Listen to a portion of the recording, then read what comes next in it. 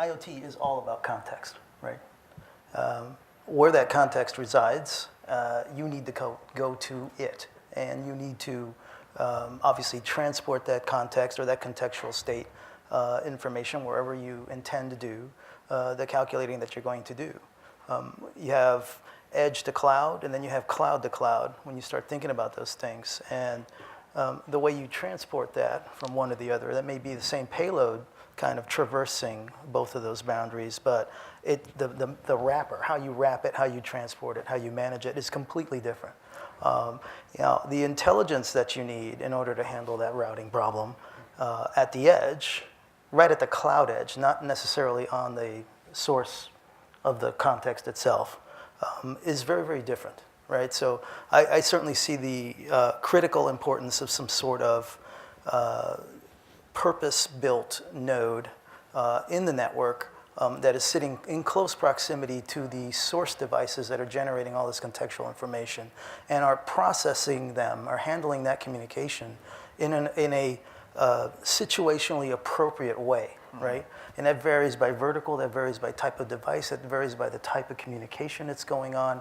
And these things are very specific to that physical interaction going on with that source.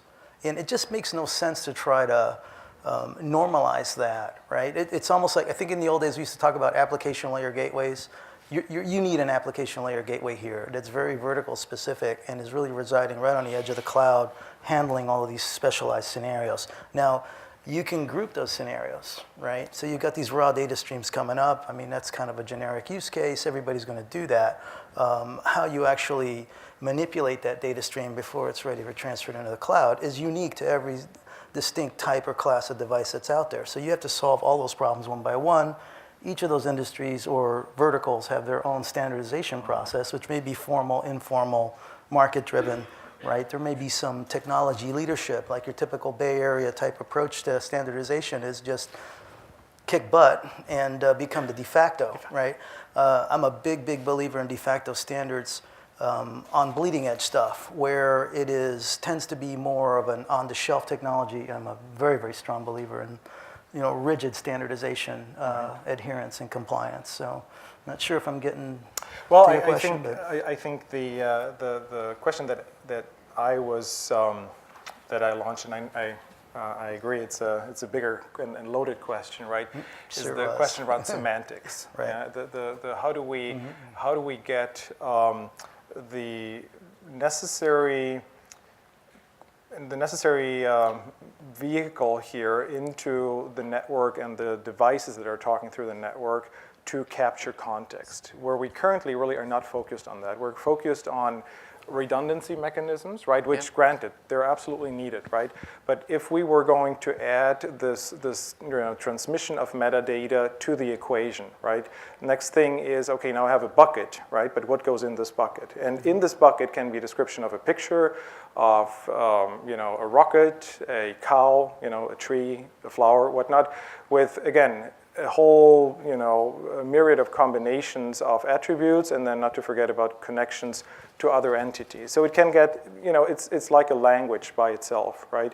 Sure. So that is something that, to some extent, resembles the issue of modeling in a more, open area that we might be dealing with in enterprise software, where you are trying to capture in a standardized software the variability of 25 different industries that you cater to across their order-to-cash, procure-to-pay, human resource, and software processes, right?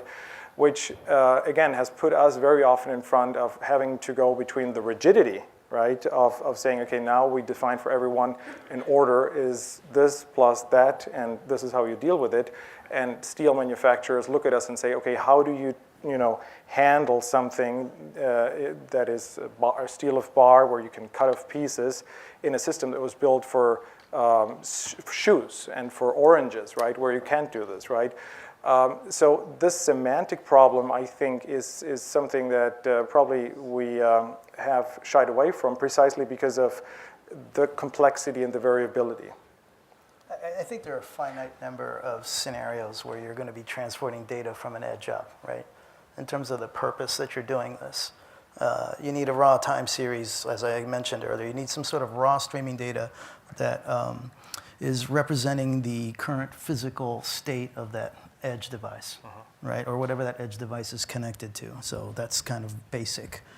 You need some sort of configuration or management related information going back and forth to either manage the node itself that's monitoring the machine or something that's being passed through the node, right? And then actually adapting or modifying the machine itself. So those are kind of two different management scenarios.